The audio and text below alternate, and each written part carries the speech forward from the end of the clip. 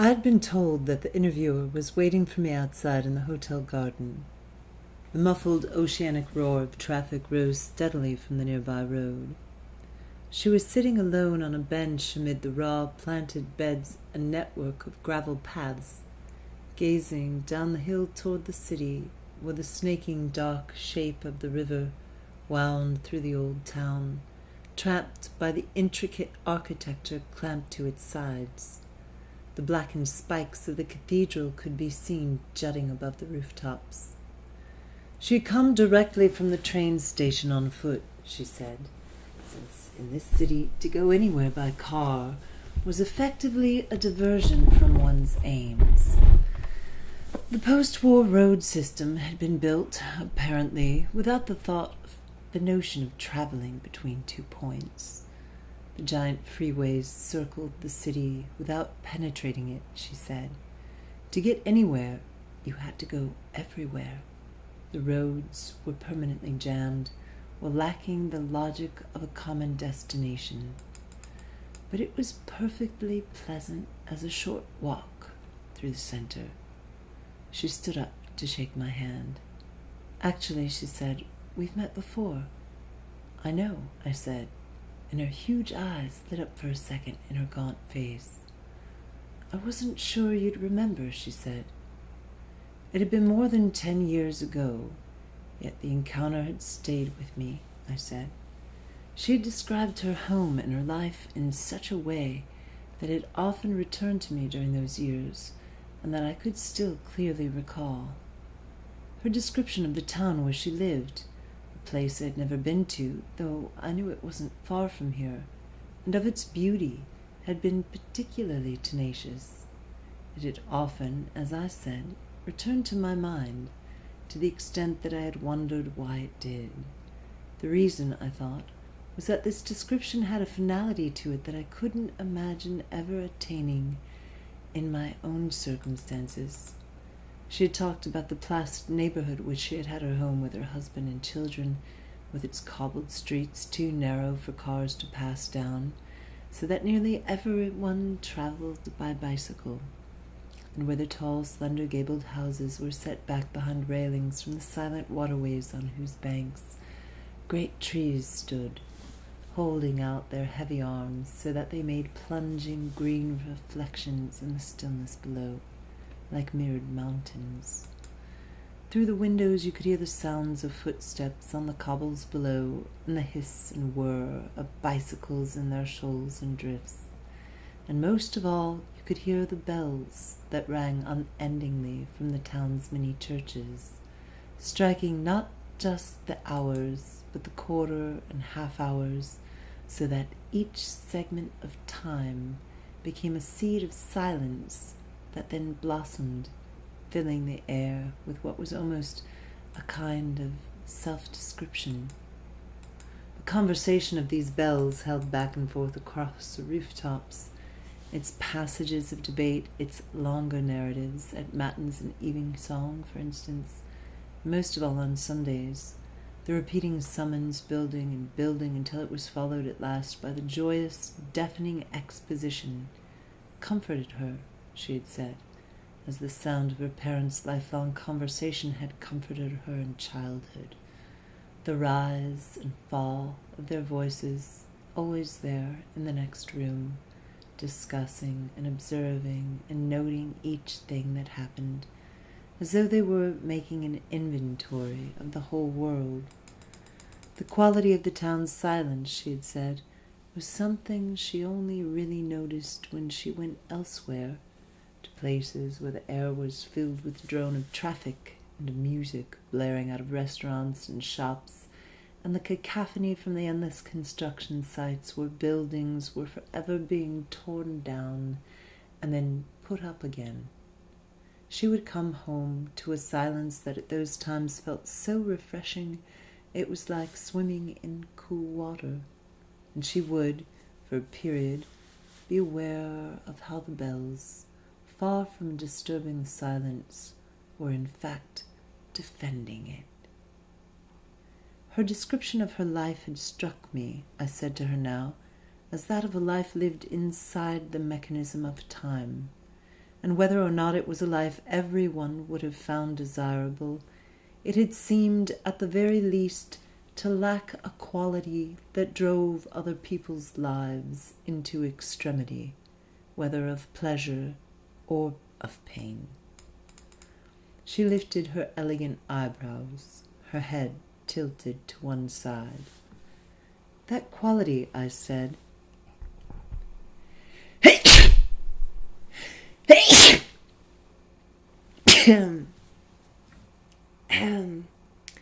Excuse me. "That quality," I said, "could almost be called slambu. Slambu. Oh, it's going just brilliant. Oh my. Well, take one, I suppose. That quality," I said, "could almost be called suspense, and it seemed to me to be generated by the belief that our lives were governed by mystery, when in fact that mystery was merely the extent of our self-deception over the fact of our own mortality. I'd often thought of her," I said, "in the years since we had last met, and those thoughts had tended to occur when I myself had been driven into extremity by the suspicion that some knowledge was being withheld from me, whose revelation would make everything else clear. She had talked," I said, "about her husband and 2 sons, and about the simple, regulated life they lived, a life that involved little change and hence little waste, and the fact that in certain details her life had mirrored my own, while in no way resembling it, had often led me to see my situation in the most unflattering light. I'd broken that mirror," I said, "without knowing whether I had done so as an act of violence or simply by mistake. Suffering had always appeared to me as an opportunity," I said, "and I wasn't sure I would ever discover whether this was true, and if so, why it was, because so far I had failed to understand what it might be an opportunity for. All I knew was that it carried a kind of honor, if you survived it, and left you in a relationship to the truth that seemed closer, but that in fact might have been identical to the truthfulness of staying in one place." The interviewer sat with her light, bony limbs gracefully crossed and an expression of increasing severity on her face, which was deeply lined and shadowed, particularly beneath the eyes. The skin looked almost bruised. Her head was bent and drooped on her long, thin neck like the head of a dark flower while she listened. "I admit," she said finally, "that I took pleasure in telling you about my life and in making you feel envious of me. I was proud of it. I remember thinking, yes, I've avoided making a mess of things, and it seemed to me that it was through hard work and self-control that I had, rather than luck. But it was important not to look as if I was boasting. It always felt then as if I had a secret," she said, "and it would have ruined things if I had let it out.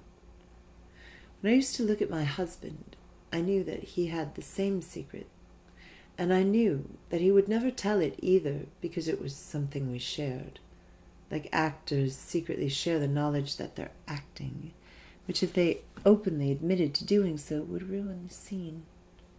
Actors need an audience," she said, "and so did we, because part of the pleasure of showing our secret was showing our secret without telling it."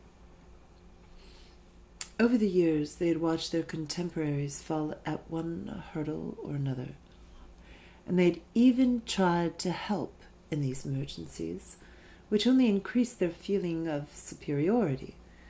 "At around the time she met me," she went on, "she had a good friend at home who was going through a terrible divorce, and who spent a lot of time at their house getting support and advice.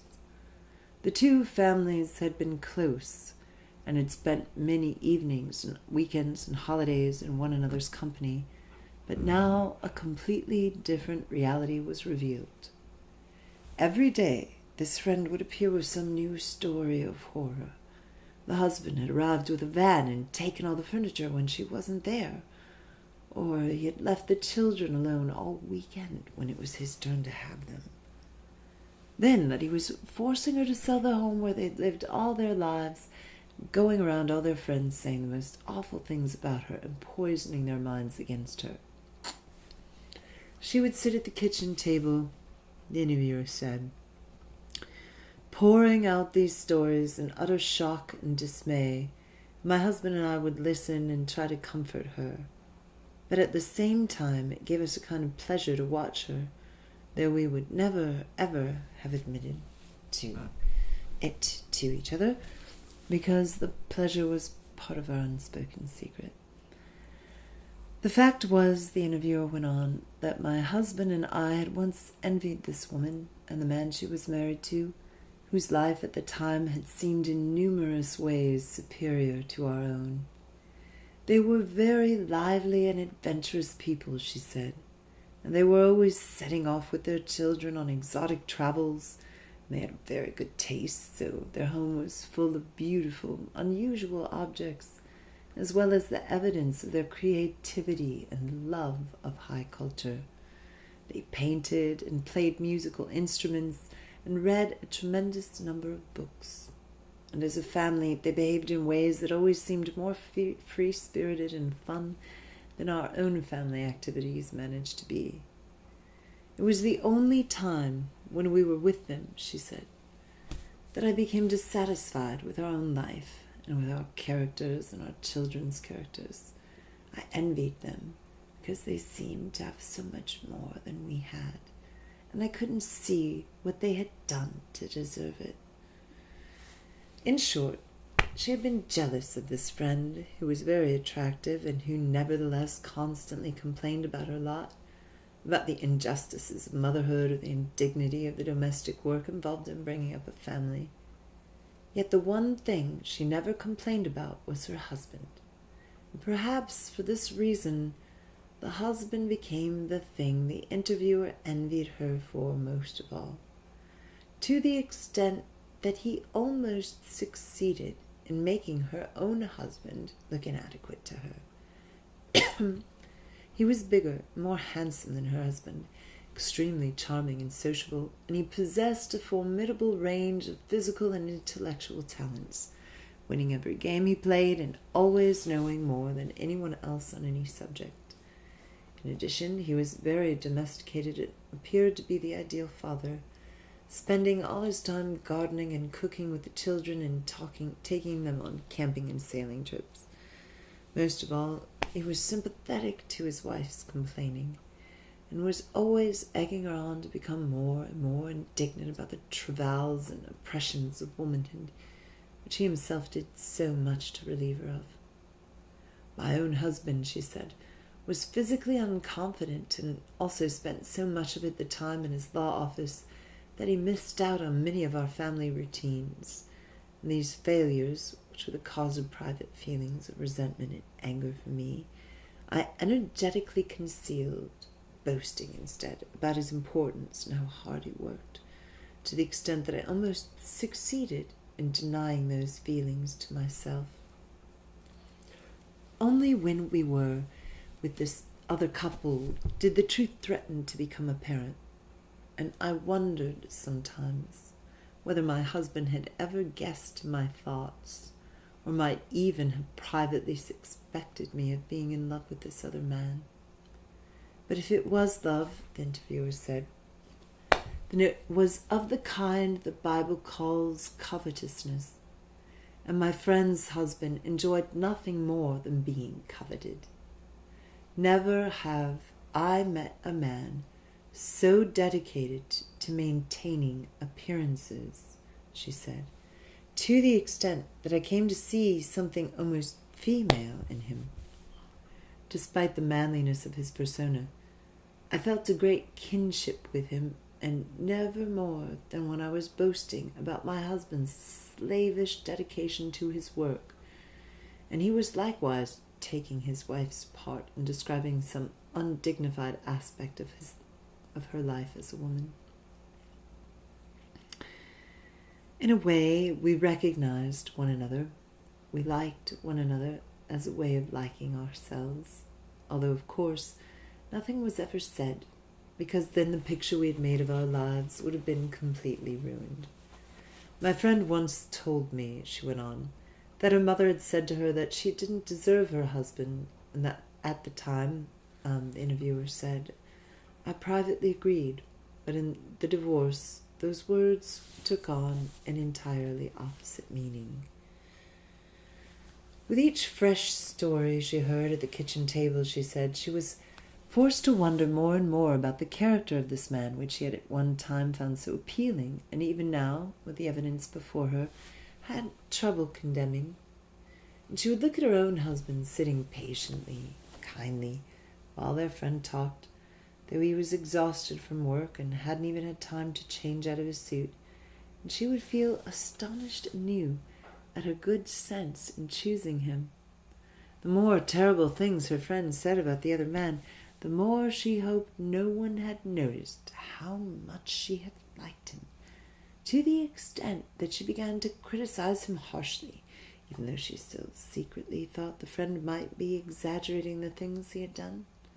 And her husband, she noticed, was unusually critical of him too, so that she began to see that he had actually hated him all along. It started to seem, she said, as if between us we had somehow brought the destruction of their family life about, as if my secret love and his secret hate had conspired to destroy the object of their disagreement. Each night after our friend had gone home, we would sit and talk quietly about our situation, and it felt like we were writing a story together, she said, where things that never happened in reality were allowed to happen and justice could be done, and it all seemed to be coming from inside our own heads, except that it was also happening in actuality. We became closer than we had been in a while. It was a good time in our marriage, she said, with a bitter smile. It was as if all the things we had envied in that other marriage had been released and bequeathed to us.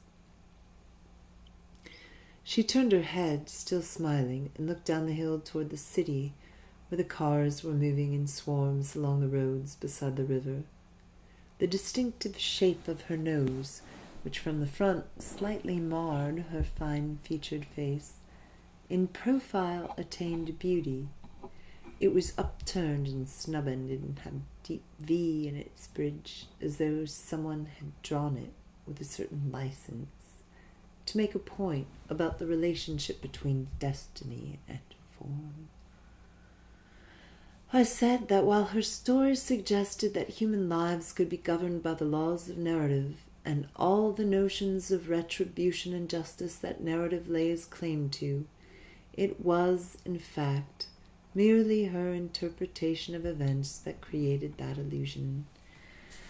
The couple's divorce, in other words, had nothing to do with her secret envy of them and her desire for their downfall.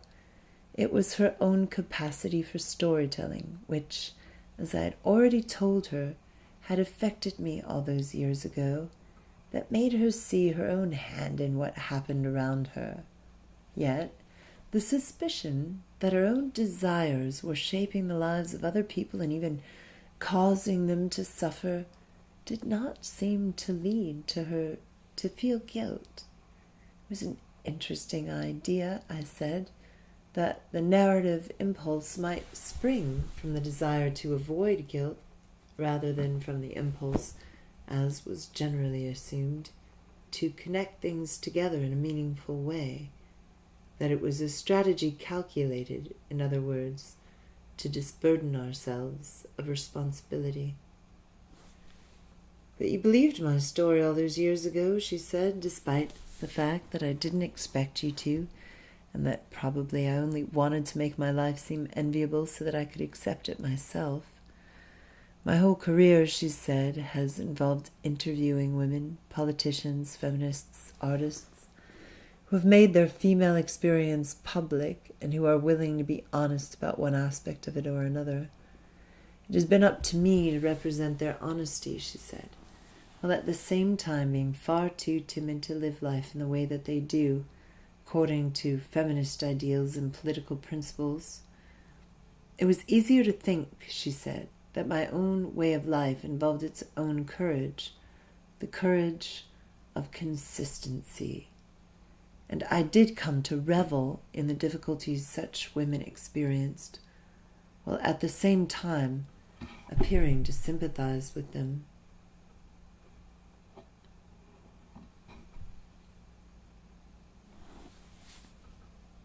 As a child, she said, I used to see my sister, who was 2 years older than me, take the brunt of whatever came, while I watched it all from the safety of my mother's lap. And every time she went wrong or made a mistake, I made a note to myself not to do the same thing when it was my turn. There were often terrible arguments, she said, between my sister and my parents, and I profited from them simply by not being the cause of them, so that when it came to these interviews, I found I was in a familiar position. I seemed to profit, she said, from the mere fact of not being these public women. Well, they were in a sense fighting my cause, just as my sister had fought my cause, by demanding certain freedoms that I was then easily granted when I reached the same age. I wondered whether one day I might have to pay for this privilege, and if so, whether the reckoning might come in the form of female children. And each time I was pregnant, I hoped so ardently for a boy that it seemed impossible that my wish would be granted. Yet each time it was, she said. And I watched my sister struggle with her daughters as I had always watched her struggle with everything, with the satisfaction of knowing that by watching closely enough, I had avoided her mistakes. Perhaps for that reason, she said, it was almost unbearable to me when my sister made a success of something. Despite the fact that I loved her, I couldn't tolerate the spectacle of her triumph. The friend that I told you about earlier, she said, was in fact my sister, and it did seem to me that her divorce and the destruction of her family was the thing I had been waiting for all my life. In the years that followed, she said, I would sometimes look at her daughters and I would almost hate them for the damage and suffering that showed in their faces, because the sight of these damaged children reminded me that it was not, after all, a game. The old, simple game where I profited by watching, as it were, from the safety of my mother's lap. My own sons continued to live normal lives, full of security and routine, while my sister's house was racked by the most terrible troubles she continued to be honest about, to the point where I told her I thought she was damaging the children even more by not putting up a pretense for them. In the end, I became reluctant to expose my own children to it, because I worried they would find the sight of such violent emotion disturbing. So I stopped inviting them to our house and to come on holiday with us, as I had regularly done up until then. It was at that point, she said, when I took my eyes off my sister's household, that things began to change for her. I noticed in the communications I still had with my sister that she sounded calmer and more optimistic. I began to hear stories of her daughter's small successes and improvements. One day, she said, I was on my bicycle and it began suddenly to pour with rain. For once I'd come out without my waterproof, and looking for somewhere to shelter, I realized I was close to my sister's house. It was early in the morning, and I knew she would be at home. So I pedaled through the rain to her front door, and I rang the bell. I was completely bedraggled and soaking wet, as well as wearing my oldest clothes, and it didn't even occur to me that someone other than my sister might open the door. To my surprise, it was a man who opened it, a good-looking man, who immediately stepped back to let me in, and he took my wet things and offered me a towel to dry my hair with. I knew, she said, the instant I laid eyes on him, that this was my sister's new partner, and that he was far better than the man I had once envied her for, and it was indeed the case that he represented a change in her fortunes and in her daughter's fortunes too. I realized, she said, that she was happy for the first time in her life. And I realized, too, that she would never have known this happiness had she not gone through the unhappiness that preceded it in precisely the way that she did. She had once said that her former husband's cold and selfish character, which none of us, she least of all, had really perceived, had been like a kind of cancer. Invisible, it had lain within her life for years, making her more and more uncomfortable without her knowing what it was, until she had been driven by pain to open everything up and tear it out. It was then that our mother's cruel words, that my sister hadn't deserved her husband, came back to me with altered meaning. At that time, it had seemed inexplicable to us all that my sister would leave such a husband, driving him into acts of whose callousness she was clearly the catalyst and doing irreparable harm to her children. But she now told a different story, whose incipient callousness was the thing from which she felt duty-bound to save her children, despite the fact that at the time she couldn't really prove it, that it was there. My sister told me, she said, that she and her husband were once having a discussion about the former GDR and the awful ways in which people betrayed one another under the regime of the Stasi, and she had made the point that none of us truly knows the extent of our own courage or cowardice, because in these times those qualities are rarely tested. He had disagreed very strangely. He had said under those same circumstances he knew he would be among the first to sell out his neighbor. That, my sister said, was the first clear glimpse she had had of the stranger inside the man she lived with. That there were many other incidents, obviously during the course of their marriage, that might have told her who he really was, had he not succeeded in persuading her that she had either dreamt them or made them up. My sister's daughters now went from strength to strength, and in the public exams they far outshone my own children, who nonetheless did well enough. My sons were pleasant and stable, that identified career paths for themselves, one in engineering, the other in computer software, and as they prepared to leave school and go out into the world, I felt confident they would make responsible citizens. My husband and I, in other words, had done our duty, and it was now that I considered taking some of those feminist principles I had distributed far and wide, using them for myself.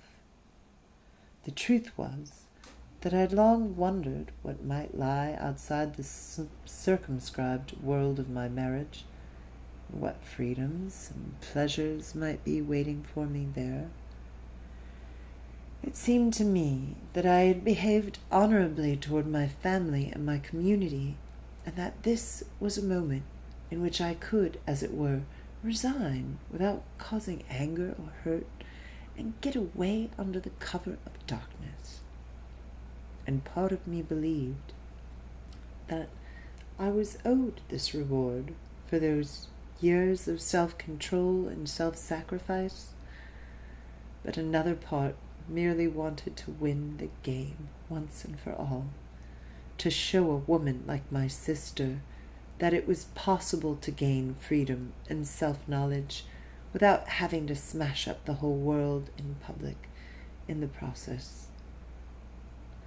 I imagined traveling, she said, to India and Thailand, alone, with a simple knapsack, moving lightly and swiftly after all the years of being weighed down. I imagined sunsets and rivers, mountain tops visible on calm evenings. I imagined my husband at home in our house beside the canal, with our sons and his hobbies and his friends. And it seemed to me he might also be relieved, she said, because over the 2 decades of our marriage, our male and female qualities had been blunted on one another. We lived together like sheep, grazing side by side, huddled next to one another in sleep, habituated and unthinking. I considered that there might be other men, she said, and indeed for a long time other men had been appearing in my dreams, which otherwise were full of familiar people, familiar situations and anxieties. But these men who appeared were always strangers, based on no one I had ever known or met, and yet they recognized me with a special tenderness and desire, and I would recognize them too, recognize in their faces something that I had once known but forgotten or never found, and which I only remembered now in a dream state.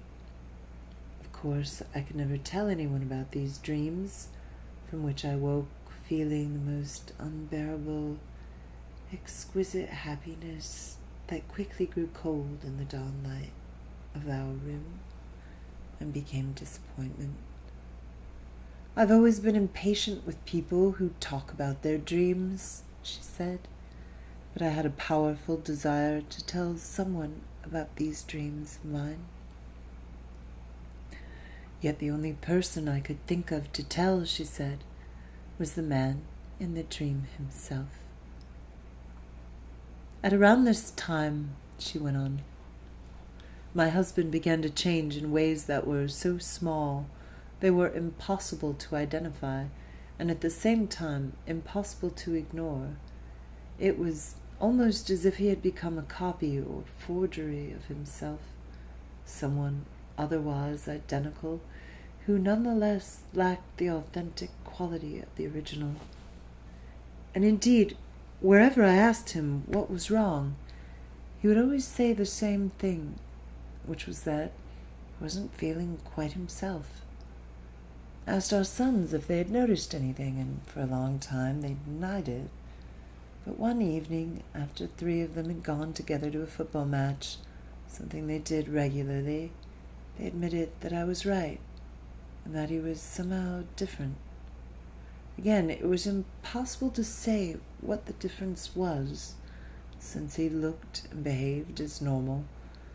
But he wasn't really there, they said, and it occurred to me that this quality of absence might signify that he was having an affair.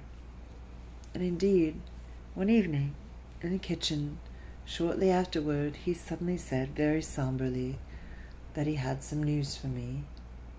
In that moment, she said, I felt our whole life cleave apart, as though someone had cut it open with a great bright blade. I almost felt I could see the sky and the open air through the ceiling of our kitchen, and feel the wind and rain coming through the walls. I'd watched other couples separate, she said, and it was usually like the separation of Siamese twins, a long, drawn-out agony that in the end makes 2 incomplete and sorrowing people out of what was one. But this was so swift and sudden, she said, mere slicing of the rope that tethered us, that it felt painless. My husband was not having an affair, however, she said. tilting her head back toward the dull grey sky and blinking her eyes several times. What he had to tell me was not that our life together was over and that I was free, but that he was ill, she said. An illness, moreover, that would not hasten his death, but would instead blight every aspect of the life that remained to him. We had been married for 20 years, she said, and he could easily live 20 more, the doctors had told him, each day losing some facet of his autonomy and potency, a reverse kind of evolution that would require him to pay back every single thing he had taken from life.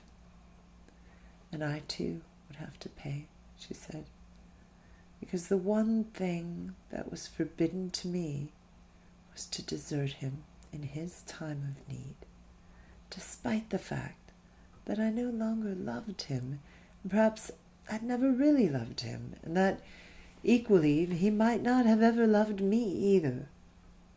This would be the last secret we had to keep, she said, and the most important one, because if this secret got out, all the others would too, and the whole picture of life and of our children's lives we had made would be destroyed. My sister's new partner, she went on after a while, has a house on one of the islands, the most beautiful island of them all. My husband and I had often fantasized about owning a property there, despite the fact that we could not have afforded even the smallest cowshed in that place. But it would have made our family complete, we felt. It was something we always wanted, nonetheless, that remained out of grasp. I've seen photographs of her partner's house, she said, which is a spectacular place right up by the water, and her children are sometimes in the photographs. And even though I know them well, they look like happy strangers.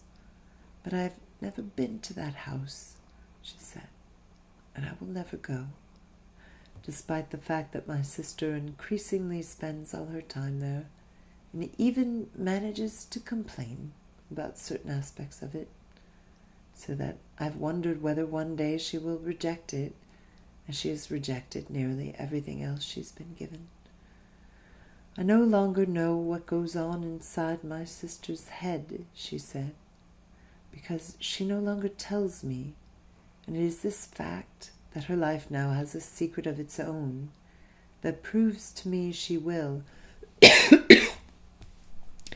after all, hold on to what she has.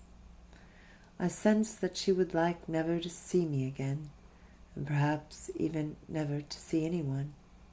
She has come to the end of her journey, a journey I have spent my whole life watching her make, and she has found what she wanted, despite my watching her with the greatest ambivalence. The effect has been to make her disappear from my view, as though I have forfeited my right to be able to see her. And I can't get over the feeling, she said, that all of it was stolen from me.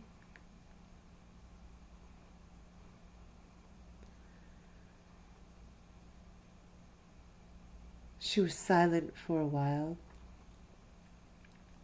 Her chin lifted and her eyes half closed. A bird landed inquiringly at her feet on the gravel path and sprang away again unnoticed.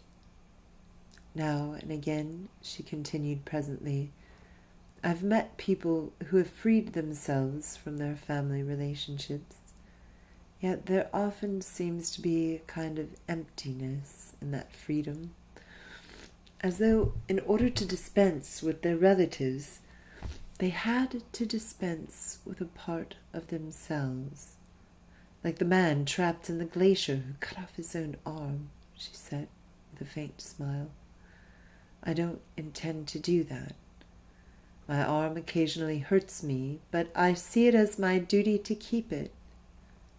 The other day, she said, I first met her husband in the street.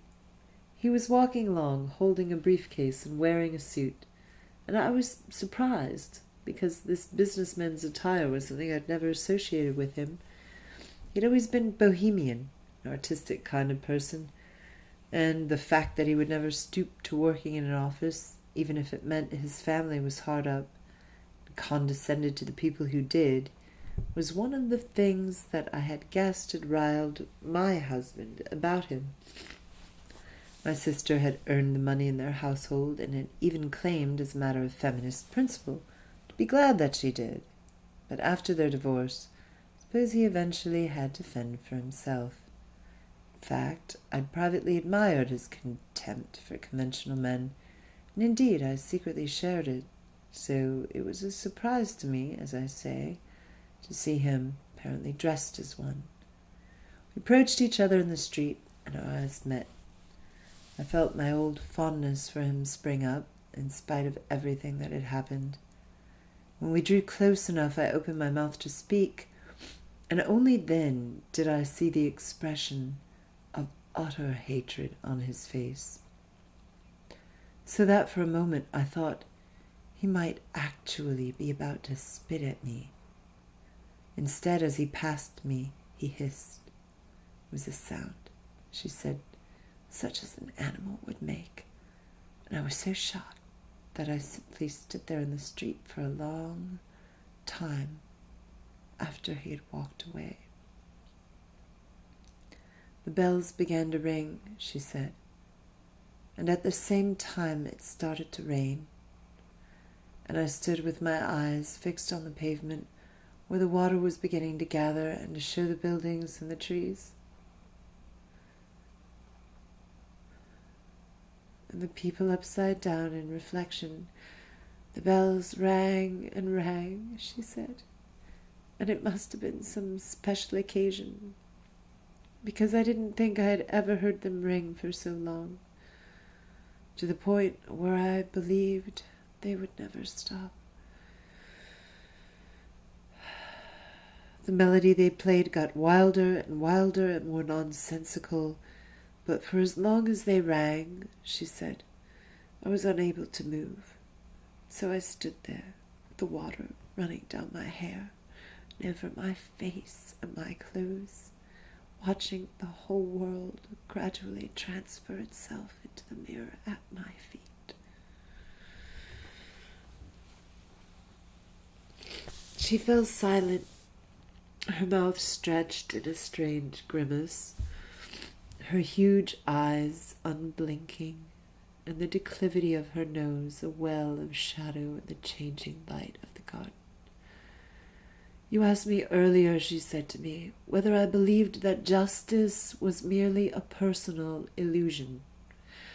I don't have the answer to that, she said, but I know that it is to be feared in every part of you, even as it fells your enemies and crowns you the winner.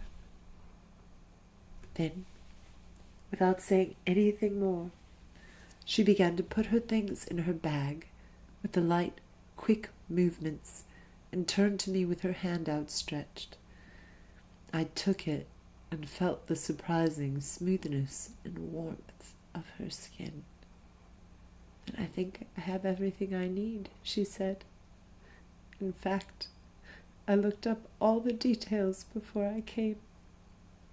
It's what we journalists do nowadays, she said. One day, they'll probably replace us with a computer program. I read that you got married again, she added. I admit, it surprised me. But don't worry, I won't be focusing on the personal elements. What matters is that it's a long, important piece. If I can get it done by the morning, she said, looking at her watch. They may even put it in the afternoon edition.